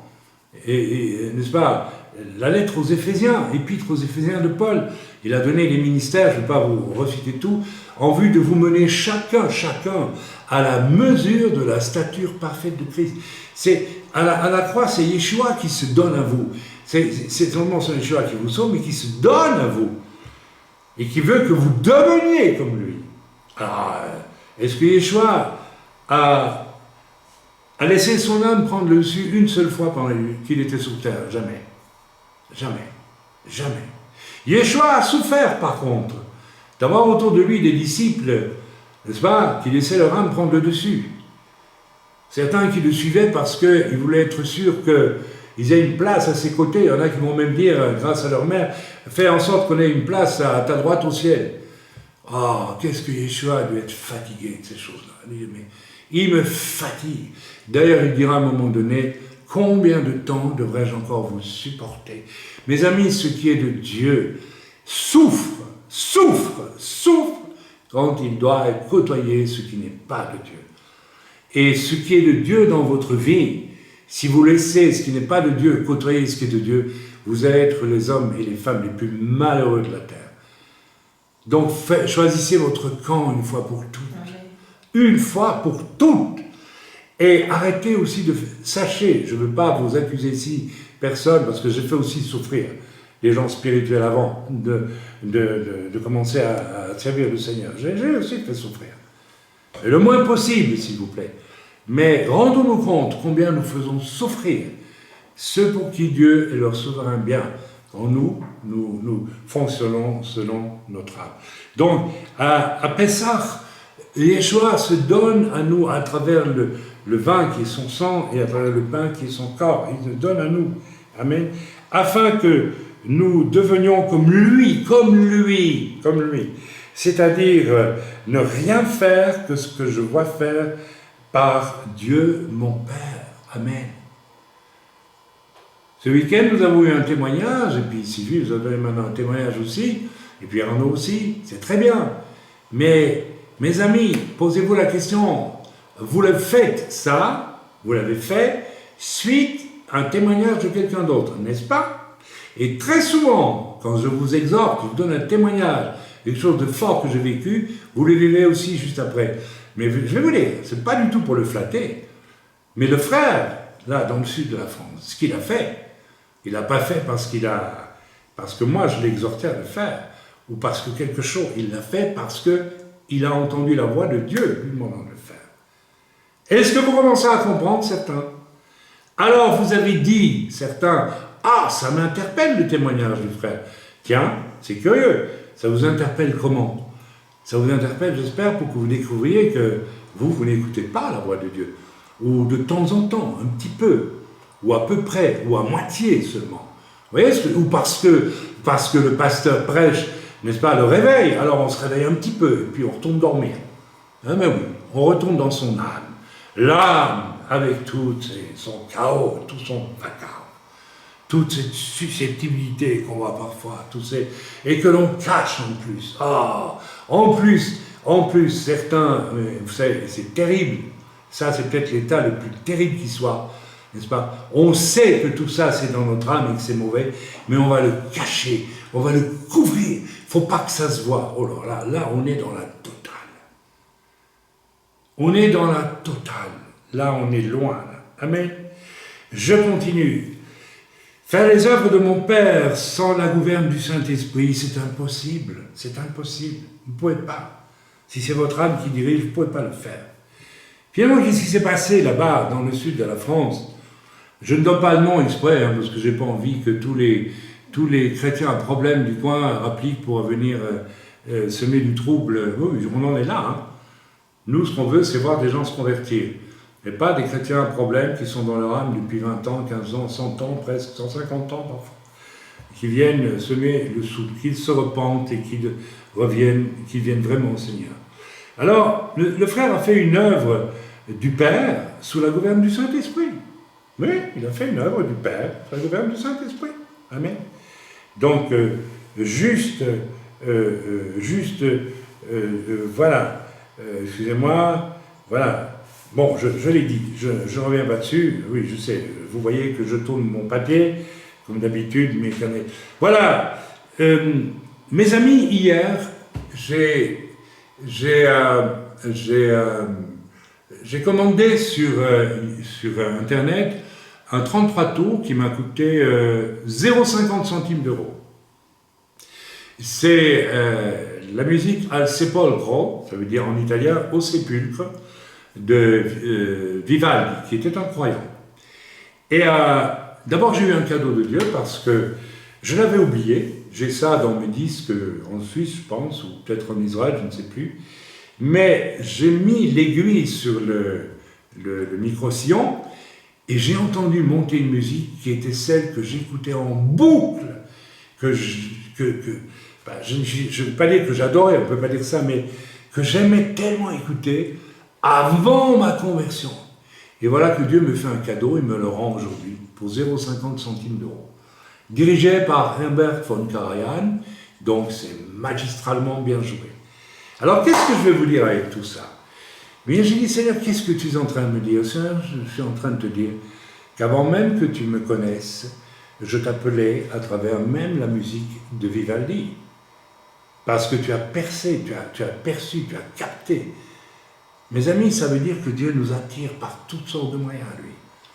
Avant que vous ne deveniez croyants et que vous acceptiez Yeshua, en fait, si vous n'êtes pas complètement des brutes, vous devez savoir, vous devez comprendre que Dieu a employé tous les moyens pour vous attirer à lui. Mais pas vous attirer à votre religion, vous attirer à lui et à lui seul, afin que vous puissiez dire un jour, acceptant Yeshua, Dieu devient mon souverain bien, m'appartient. Vous vous rendez compte de ce que ça veut dire, ça? C'est inouï quand même comme phrase. Amen. Eh bien, en écoutant hier Vivaldi, eh bien, j'ai vogué avec cette musique, n'est-ce pas? J'étais vraiment dans les cieux avec Dieu mon Père. Oui, absolument. Je ne sais pas si on jouera du Vivaldi au ciel, mais je l'espère.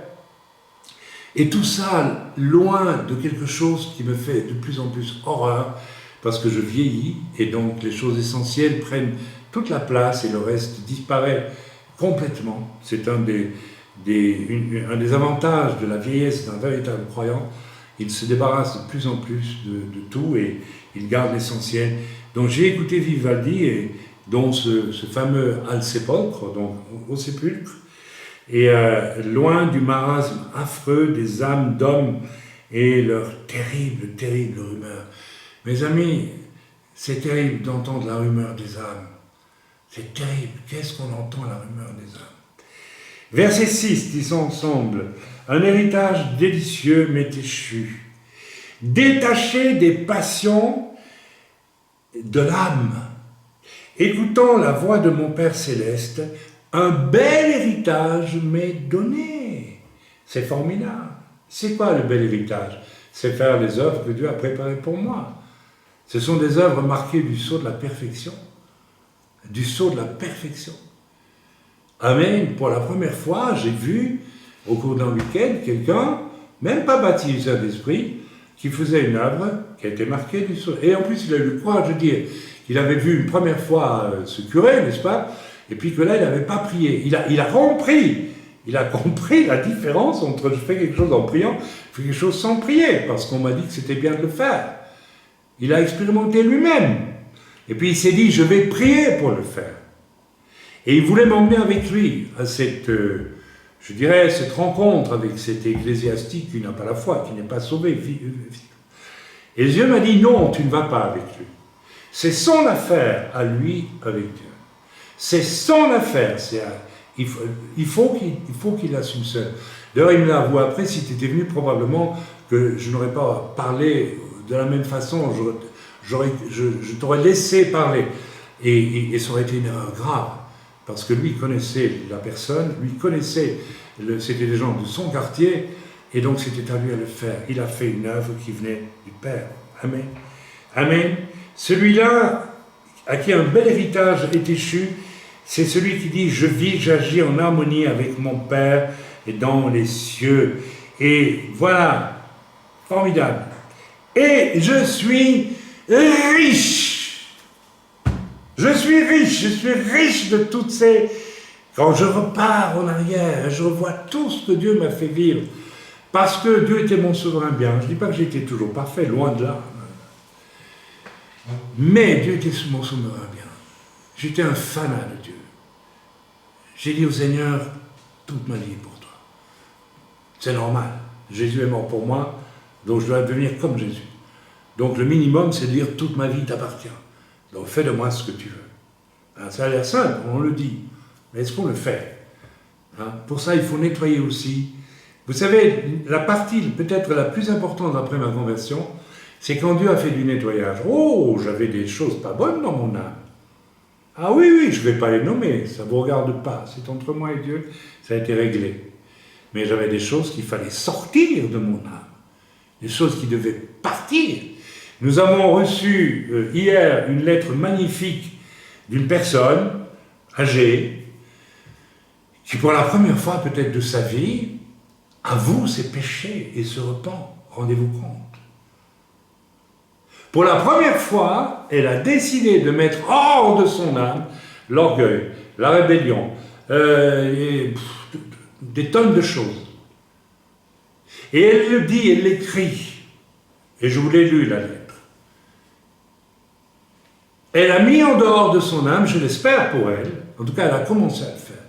Elle a fait du nettoyage, mais elle aurait dû faire ce nettoyage au début quand elle a connu le Seigneur. Et beaucoup d'entre nous, nous ne sortons pas de nos âmes des tonnes de choses. Il faut qu'on nous prêche pour que vous nous disiez, ah oui c'est vrai, après 10 ans, oui c'est vrai, je suis orgueilleux. Ah bon, tu te rends seulement compte maintenant? Mais quel Jésus as-tu rencontré? Quel esprit habite en toi? Quel sang précieux a coulé pour toi? Qui est ton Dieu? Est-il ton souverain bien? Si Dieu est le souverain bien, il veut prendre toute la place et il va te montrer les ténèbres et tu vas sortir toi-même. Normalement, dans les 2 premiers mois après une conversion, on doit sortir tout ce qu'il y a dans le grenier, qui est encombre, qui est sale, qui est moche, qui est mauvais, l'orgueil, l'impureté. Comment se fait-il que des gens qui ont des années de vie chrétienne aillent voir des films pornographiques? Mais c'est que tu n'as pas sorti l'impureté de ton cœur quand tu es venu à Christ, tu l'as gardé. Tu as gardé ça dans ton âme. Dieu n'a pas encore été ton souverain bien. Commence par mettre dehors les valises remplies de saleté. Et puis tu verras comment les choses vont changer. Tu seras riche, non pas de toutes les passions de ton âme que tu caches sournoisement, que tu caches là parce que tu sais que c'est mal, mais tu ne veux même pas les sortir de ton âme. Voilà la réalité de certains. Vous ne voulez pas sortir de vos âmes les grosses saletés. Votre orgueil. On vous dit un petit mot, on vous dit une petite remarque. C'est fini. Vous boudez, vous devenez sombre, vous repliez sur vous. Mais vous êtes quoi là? Vous n'êtes pas chrétien. Vous n'avez jamais sorti de votre âme la susceptibilité, ni l'orgueil. On a beau vous répéter les mêmes choses. Arrête de vouloir te sauver par des bonnes œuvres. On vous le redit, on vous le répète, vous ne sortez pas cette saleté de votre âme. Jamais vous sortez ça de votre âme, c'est plus fort que vous. Il faut que vous le fassiez. Vous êtes simplement esclave de vous-même. Votre Dieu, c'est vous. Ce n'est pas Dieu, votre Dieu, c'est vous. Verset 7. Je bénis l'Éternel, mon conseiller. Ah ben bien sûr. Quand je marche avec l'Esprit de Dieu, que j'ai vidé, j'en reviens là-dessus, mes amis, c'est au début de votre conversion, c'est tout de suite qu'il faut sortir dehors. Tout de suite. Même au moment où vous convertissez. Une vraie conversion, c'est presque instantané normalement. On devrait sortir toutes les horreurs de nos âmes, mais on n'a plus de conversion comme ça aujourd'hui. Oui, j'accepte Jésus, alléluia, merci Seigneur, je suis sauvé, c'est très bien. Bon, maintenant, c'est quoi la suite du programme? Bon, le pasteur va s'occuper de moi pendant 20 ans. Écoutez, non, ça suffit. Vous savez, nous l'avons lu dans l'évangile de Jean aussi ces jours derniers, quand Jésus va leur dire qui il est vraiment. La plupart de ses disciples, vous l'avez lu, ces jours-ci, c'était hier ou avant-hier, je crois, ils vont l'abandonner, ils vont dire non, on ne veut pas de ça. Ils ne veulent pas de ça, ils ne veulent pas de ça. Au moins c'était clair, c'était clair. Vous croyez que Jésus a couru derrière eux pour essayer de les ramener quand même? Non, il n'a rien fait. J'ai pris la décision de ne plus courir derrière certains lorsqu'ils veulent absolument rester prisonniers de leur âme. Qu'ils se débrouillent avec leur âme, puisque c'est ça qu'ils veulent. Je ne vais pas courir derrière eux et m'épuiser, me fatiguer à essayer de leur répéter 100 fois la même litanie. C'est absolument impossible. Si vous ne voulez pas sortir de vos âmes ce qu'il faut en sortir, bien Dieu ne pourra pas y habiter. C'est très simple. Et aucun pasteur au monde, aucun serviteur, aucun prophète, aucun apôtre, aucun docteur, aucun évangéliste ne pourra vous forcer à abandonner de votre âme. Je vous rappelle mon témoignage. Le jour de ma conversion, un serviteur de Dieu était venu du fond de la France, et pas n'importe qui.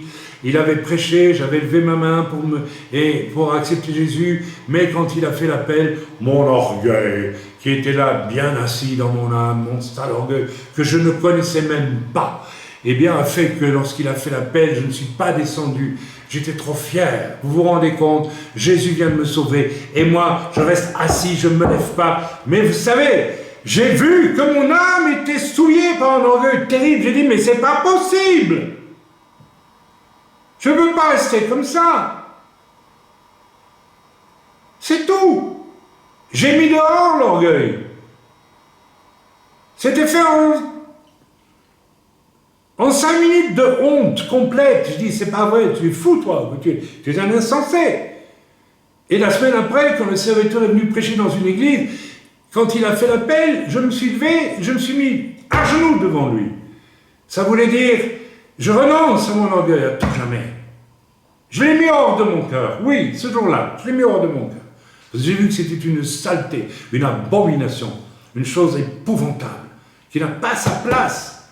Dieu voulait prendre toute la place. L'homme de Dieu s'est approché, il m'a dit que tes chaînes tombent, et j'ai senti des chaînes qui étaient sur mon âme, qui explosait littéralement, j'étais libre enfin, pour que Dieu soit mon souverain. Bien, c'est pas difficile. Si tu ne veux pas le faire, c'est ton problème. Moi, je ne peux pas te forcer. Je bénis l'Éternel, mon conseiller. Ça veut dire quoi? Je bénis l'Éternel, mon conseiller. Ça veut dire j'ai une telle intimité avec Dieu. J'ai sorti de mon âme tout ce qu'il fallait sortir, et j'ai une intimité avec Dieu. N'est-ce pas, ma sœur Priscilla? Tu as sorti de ton âme ce qu'il fallait sortir au début, Eh oui, j'ai bien aimé ça. J'ai bien aimé. On n'a pas dû expliquer 10 fois, c'est Dieu qui lui a dit, sors de ça de ton âme. Telle chose ne peut pas rester dans ton âme. À partir de là, elle a une intimité avec Dieu. Certains d'entre vous n'avez aucune intimité avec Dieu. Ou très peu, parce que votre âme est forte. Elle a toutes sortes de formes, l'âme humaine. Elle a toutes sortes d'encombrements, je dirais. Verset 8, nous allons lire le verset 8, on approche tout doucement de la fin, voilà, pour ceux qui sont fatigués. J'ai constamment l'Éternel sous mes yeux. Non, mais vous en êtes compte? J'ai constamment, ça veut dire quoi? D'abord, personne n'a jamais vu Dieu, ok? Alors, comment on a constamment l'Éternel sous mes yeux? Eh bien, on a constamment la présence de Dieu devant soi, n'est-ce pas? On marche avec la présence de Dieu. Quand je descendais dans le midi de la France, je n'allais rien chercher pour moi, rien du tout, bien sûr. J'aimais cela, donc j'y suis allé par pur amour. En plus, j'étais fatigué, physiquement, mon âme, elle me disait, reste là, et dors, et repose-toi. Et alors, ce qui est formidable, c'est que comme ils m'ont aimé, et comme ils m'aiment, ils ont vu, ils n'ont pas fait semblant de ne pas voir que j'étais fatigué. Vous savez? Et ils ont dit, ok, il va se reposer, on le laisse. On lui donne même 1 heure en plus s'il veut. C'est ça l'amour, vous savez. Il n'y avait rien d'intéressé. Ils auraient pu dire, ouais, tant qu'il est là, on va tirer tout ce qu'on peut. Hein. Non, rien de tout ça. Rien de tout ça. Amen. Alors là, eh bien, on vit, verset 8, n'est-ce pas? J'ai constamment l'Éternel sous mes yeux. Alors je peux dire que mes frères et mes sœurs là-bas, ils ont eu l'Éternel constamment sous leurs yeux. Et il en a découlé des actes d'amour et de bonté tout simples. Quand je dis tout simple, c'est pas péjoratif, c'est ce qui nous manque le plus. L'amour vrai, simple. Amen. Donc, voilà, la plénitude, n'est-ce pas? Nous rentrons dans la plénitude de Dieu quand, en fait, nous avons laissé à Dieu toute la place. C'est très simple, au fond. C'est rien d'extraordinaire. Verset 9, lisons... Enfin, c'est rien d'extraordinaire. Si, c'est extraordinaire. C'est absolument formidable. C'est superbe. Oh, Seigneur. Moi, je crois que le Seigneur est en train de me préparer à partir. Je ressens de plus en plus. J'écoute Jean-Sébastien Bach, j'écoute Alcé Paul, j'écoute, et puis je vis, voilà, je suis fatigué, mais je me dis, bon, j'écoute pas mon âme qui me dit de faire dodo, je vais avec les faibles forces que j'ai pour aimer les gens. Et il se passe des choses merveilleuses, vous voyez? C'est quand même, c'est formidable, n'est-ce pas? C'est quand je suis faible qu'il est fort, n'est-ce pas? Nous l'avons lu si souvent, c'est quand je suis faible, je suis complètement raplapla. Mon âme, elle me dit, fais dodo, repose-toi, prends des vacances, t'es assez saoulé par les lames des gens autour de toi, et puis le Seigneur te dit, vas-y quand même. Voilà, tout simplement.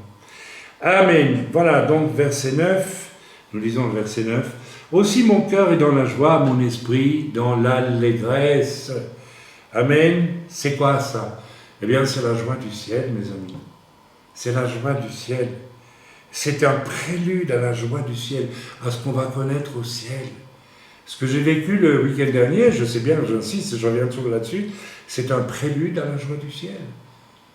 J'étais déjà au ciel avec eux, d'une certaine façon. Je les regardais, je disais, mais c'est parfait ce qu'on vit entre nous. Je ne sais pas si eux l'ont vécu comme ça, je crois que oui, ils l'ont vécu comme ça aussi. C'est parfait. C'est parfait. C'est parfait. Donc ces personnes étaient vraiment frères et sœurs. Nous étions frères et sœurs. Nous n'avions même pas besoin de dire bonjour frère, bonjour sœur. Dans certaines églises, tournez-vous vers votre voisin, dites-lui que c'est un frère en Christ. Bonjour, je ne l'ai jamais vu, je ne sais pas qui c'est à côté de moi là. Hein. Oui, vous êtes un frère en Christ. On pousse même les gens à l'hypocrisie en faisant des choses comme ça. On devrait en silence, quand on est les uns en face des autres, savoir que nous sommes vraiment frères et sœurs en Christ. En Yeshua, ma chère. C'est tellement simple en fait. Verset 10. Car tu ne livreras pas mon âme au séjour des morts, mes amis. Le chaos de l'âme centré sur le moi, les passions et tout mène à l'épuisement et à la mort. Ici, j'aimerais que vous compreniez quelque chose. Tu ne livreras pas mon âme au séjour des morts. Alors, au premier degré, c'est pour Jésus, ceci. Jésus est ressuscité. Mais pour nous, c'est quoi? Notre âme donnée au séjour des morts. Même je vais vous le dire, n'est-ce pas? À partir du moment où Dieu n'est pas notre souverain bien, et que nous vivons avec notre âme, et tout le tremblement de notre âme, nous livrons nous-mêmes notre âme aux œuvres mortes et à la mort et à l'inutilité. Mes amis, attention. Il y aura des personnes comme Albert, le gars que j'ai amené au Seigneur 2 semaines avant qu'il meure, qui aura une récompense sublime au ciel, simplement parce qu'avant de mourir, il écoutait des cantiques enregistrés sur une cassette de chanteurs africains, des jeunes, des enfants ou des adolescents, et qui disait à tout le monde, écoutez ça, écoutez ça, écoutez ça. Il voulait dire, ça c'est déjà le ciel. Rien que pour ça, il aura peut-être une récompense, il aura une récompense sublime, alors que bien les chrétiens, qui font de leur âme leur propre Dieu, livrent leur vie à la mort, mes amis. Je parle de la mort spirituelle. C'est à réfléchir. Il faut être sérieux avec ça. Il faut être sérieux avec ça. Voilà. Tu ne permettras pas que ton bien-aimé voie la corruption.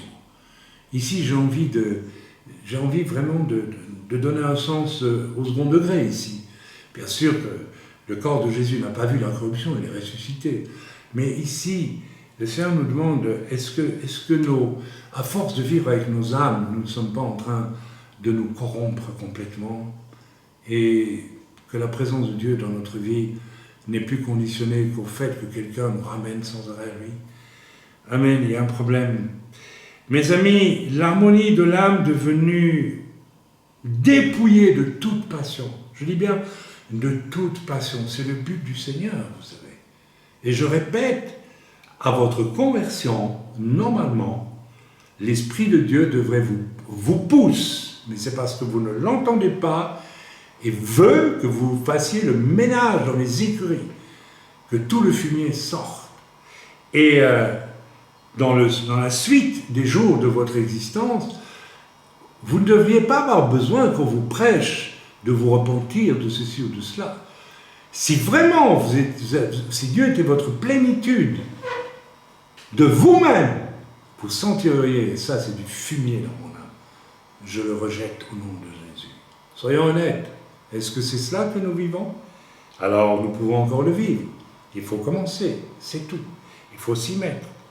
L'harmonie de l'âme devenue dépouillée de passion et paisible comme Christ, ces âmes-là n'entendent, n'écoutent que la voix de Dieu, et même et surtout dans le silence. Mes amis, quand vous agoniserez sous votre lit, sauf si le Seigneur vient vous chercher avant par l'enlèvement, vous vous tairez. Vous aurez devant vous un grand silence. Et là, vous saurez si Dieu est votre souverain bien ou pas. J'ai vu des gens mourir et j'ai assisté à des enterrements où on avait l'impression que la personne était au ciel et nous regardait et nous disait « mais allez-y, réjouissez-vous ». Ces personnes-là, avant de mourir, elle a su si Dieu était son souverain bien. Et si son âme avait été nettoyée, comme les écuries d'Augeas, les écuries, n'est-ce pas, de toute souillure, de tout. Soyons honnêtes et examinons-nous ce matin. Est-ce que nous nous sommes dit chrétiens et nous avons marché avec le Seigneur, et puis vous savez très bien de quoi je parle, nous avons laissé dans nos vies, des choses qui ne devraient jamais s'y trouver. Et il a fallu que Dieu nous interpelle, il a fallu qu'un serviteur se rende compte, mais il y a vraiment des choses qui puent au fond de ton écurie, là. Il y a des choses qui ne vont pas, là. Et puis qu'ils vous le disent. Pourquoi n'avez-vous pas vidé de vous-même les écuries? Pourquoi n'avez-vous pas fait de Dieu votre plénitude dès le départ? Alors il faut commencer à le faire, maintenant. Vous savez très bien, j'ai suffisamment dit de choses ce matin, je me suis encore une fois, je demande pardon aux gens qui vont écouter le message, eh bien, je me suis beaucoup tourné vers les gens dans notre œuvre, c'est normal. Eh bien, nous avons nommé bien des choses, n'est-ce pas, qui doivent être bannies de nos âmes et qui s'y trouvent, hélas, bien accrochées, n'est-ce pas. Et nous avons même été jusqu'à nommer le fait que certains ou certaines qui se disent chrétiens, chrétiennes, ensuite laissent prospérer dans leur âme les choses qui ne doivent pas s'y trouver. Et puis comme ils se rendent compte que ça ne va pas quelque part, ils les enfouissent. Vous savez, je suis en train de faire un peu de jardin ici, et c'est un exemple intéressant.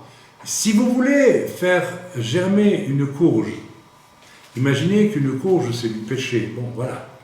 Vous creusez un trou dans le sol, vous y mettez, excusez-moi, des excréments de vache, c'est du fumier, c'est de la décomposition, C'est l'image de ce que nos âmes peuvent produire. Hein. Et puis vous mettez une petite pellicule de terre, autrement ça brûle littéralement la courge, n'est-ce pas? Alors la petite pellicule de terre, c'est ce qu'on met sur notre fumier, n'est-ce pas? Très souvent, on met une petite pellicule. On vient au culte, on va faire des bonnes œuvres, on va arranger les bidons, hein, on va arranger ça, Dieu tu seras content, hein, comme Pierre, là, on n'a pas encore compris la leçon, on ne veut pas comprendre. Et alors, après la courge, elle va, et puis on met la courge, hein, et la courge c'est ma vie chrétienne. Donc, du fumier à la base, une petite couche de terre, pour ne pas que le fumier me brûle quand même, que j'ai l'air à peu près propre quand même, hein, et puis je vais tirer mes forces dans quoi? Dans le fumier, dans le truc qui pue. Et oui, beaucoup d'entre nous, en réalité, nous allons chercher notre force dans les choses qui puent, parce que nous n'avons pas décidé que Dieu soit notre bien suprême. Alors je vous invite à le faire ce matin, en toute simplicité. Jésus est mort pour vous, et en mourant, il donne sa personne pour que vous deveniez comme lui. Si vous ne voulez pas ça, si vous ne voulez pas faire le nettoyage dans vos vies, ça s'appelle se repentir, comme cette sœur qui, à la fin de sa vie, après une vie entière de rébellion et de faux semblants, avec une petite pellicule sur le fumier de sa vie, oui, bien sûr, et soudain, enfin, le fumier a pris le dessus dans sa vie, il est devenu abominable dans ses comportements, mais oui, bien sûr, abominable. Et là, elle comprend, mais c'est du fumier, ma vie. Et là, elle se repent enfin. Et de là, elle sort enfin le fumier de sa vie. Et j'espère, je crois, quand on écrit ce qu'elle a écrit, on a pris conscience. Et on se repent. Je vous invite à faire la même chose. Et à naître de nouveau, mes amis. Et arrêtez de dire que vous êtes nés de nouveau parce que vous avez accepté Jésus. Non, je crois que ce soir, ou plutôt cet après-midi, vous avez compris. Je vais prier pour ceux qui m'écoutent. Père éternel, dans le nom de Yeshua, je suis un homme pécheur. Je suis un homme perdu avant de te connaître, par définition. Tu m'as fait, au fond, la grâce de me dire 2 ans avant de te rencontrer que j'allais droit en enfer. Que ma vie ne semait que de la mort. C'était mon âme d'artiste doué, que l'on disait intelligent. Toutes ces choses étaient ma force et ne produisaient que de la mort autour de moi et de la mort à l'intérieur de moi. Et j'étais en train de mourir. C'est le diable qui dominait et dirigeait ma vie grâce à mon âme qui collaborait à son œuvre. Oh, lui, il est intelligent. Il me laisse faire. Il m'encourage avec mon âme. Et Seigneur, je te bénis parce que un jour, tu es venu à moi. Tu es venu à moi, pardon. Et je savais que c'était toi. Mais étais-je prêt à te suivre? Non, je n'étais pas prêt à te suivre. Toute mon âme était là avec son orgueil, avec sa fierté, sa susceptibilité, avec ses impuretés, les choses mauvaises, le péché. Tout cela était là. Surtout ces choses-là étaient là. Et Seigneur, j'ai dû les évacuer de ma vie. J'ai dû les sortir parce que tu étais là devant moi, tu étais là au-dessus de moi, tu voulais être en moi et tu attendais que je sorte ces choses parce que toi et ces choses, mon orgueil, ma fierté, mon impureté ne pouvaient pas vivre avec toi, c'était impossible. Seigneur, je te prie pour tous ceux qui vont entendre ce message ce matin, et qu'ils choisissent vraiment de mener le combat qu'ils doivent mener avec les œuvres de leur âme, qu'ils les reconnaissent, qu'ils ne les camouflent plus, qu'ils ne les cachent plus, comme certains le font, mais qu'ils les voient au grand jour. C'est du fumier qui doit être nommé comme fumier, et ensuite, du fond du cœur, vouloir s'en défaire. Tout simplement, je n'en veux plus, je rejette ces choses. Aide-moi, Seigneur, aide-moi à les rejeter, mais je veux les rejeter, je veux aller jusqu'au bout. Rappelez-vous le témoignage de notre sœur Priscilla, qui a avoué ouvertement avoir un problème avec l'orgueil. Elle est allée jusqu'au bout, ça a pris des semaines et des semaines. Et un jour, l'orgueil était vaincu. Un jour, il est sorti de son cœur. Eh oui, sans combat. Non, Christ a tout fait, mais il n'a pas fait les choses à notre place. Nous avons notre part. Alors je te prie ce matin, Seigneur, que chacun d'entre nous commence à comprendre que pour avoir la plénitude de Dieu, pour pouvoir faire les œuvres que mon Père Céleste fait dans les cieux, comme Jésus l'a dit, et puis les accomplir, ces œuvres mystérieuses, inattendues, qui surgissent dans ma vie, que je ne peux pas programmer, qui viennent du ciel, qui viennent d'en haut. Il faut que mon âme soit purifiée, que j'ai sorti tout ce qui est dans mon âme, et qui ne peut pas rester dans mon âme. Dans le bon nom de Yeshua, ton Fils bien-aimé. Amen. Amen. Soyez bénis.